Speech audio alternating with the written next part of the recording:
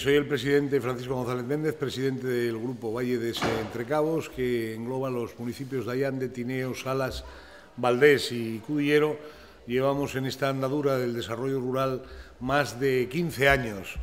y en estos 15 años hemos hecho una comarca que converge con Europa en lo que suponen políticas territoriales vinculadas a las personas que viven en este territorio de casi 45.000 personas y 1.500 kilómetros cuadrados. Apostamos por la diversificación y la multifuncionalidad del territorio rural de nuestra comarca. Tenemos proyectos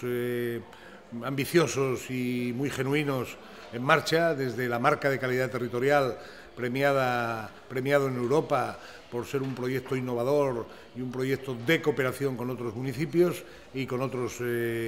grupos, y por lo tanto estamos en un nivel de ayudas a los emprendedores rurales y a los beneficiarios que quieren apostar por vivir en nuestro territorio, por vivir en esta comarca. Y bueno, muy ilusionados con este nuevo programa de desarrollo rural, con la Ley de Desarrollo Rural Sostenible y a las redes en las que participamos, tanto la red asturiana como la red española.